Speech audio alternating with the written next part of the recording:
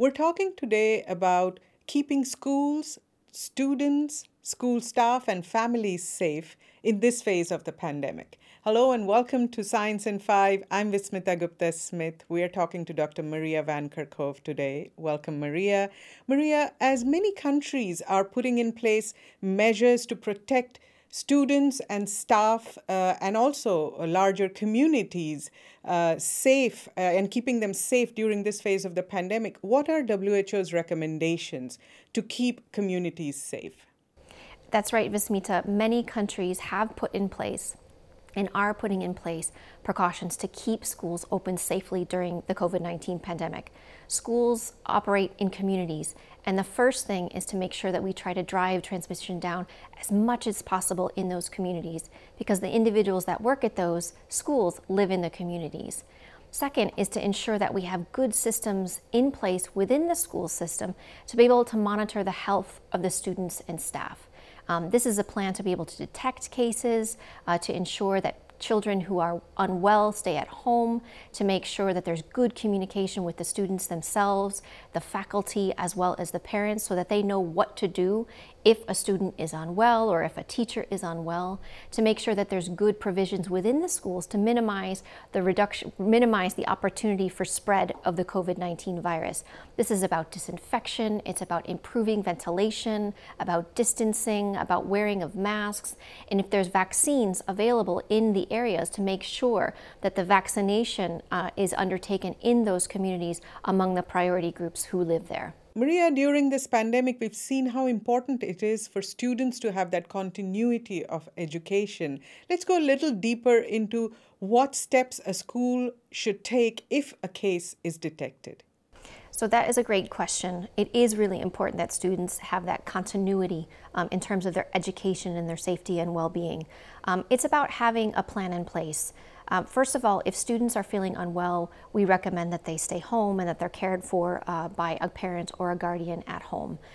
If there are cases in the school, they need to be able to be detected so that they can receive the proper care, they can receive a test, they can receive the proper care that they're needed based upon the symptoms that they have.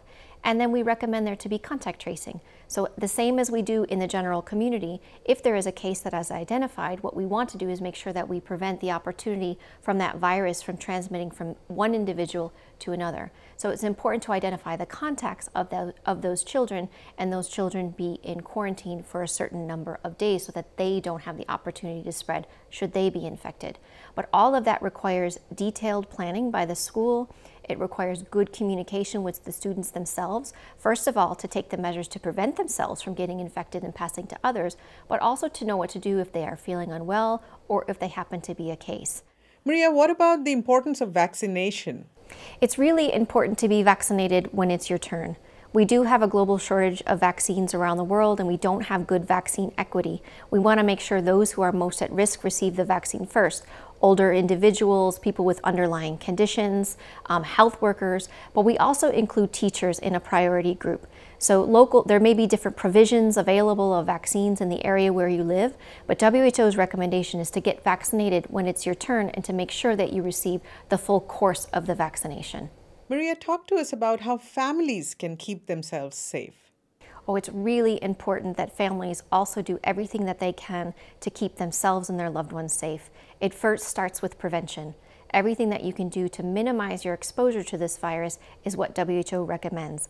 This is about distancing, it's about good hand hygiene, it's about wearing a mask, making sure that when you're wearing a mask you have clean hands and you wear a well-fitted mask over your nose and your mouth to avoid crowded spaces, to stay home if you're unwell.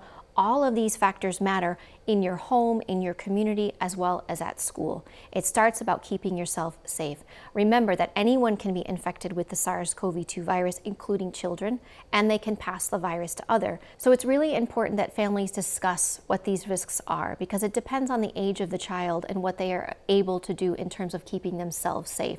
It will be difficult for younger children to adhere to wearing a mask, for example, or keeping their distance. So it's important to have that open dialogue and talk about the risks depending on their age. But there's a lot that everybody can do to keep themselves safe. From the youngest child to the oldest adult, all of us have a role to play in reducing the possibility of the spread of COVID-19.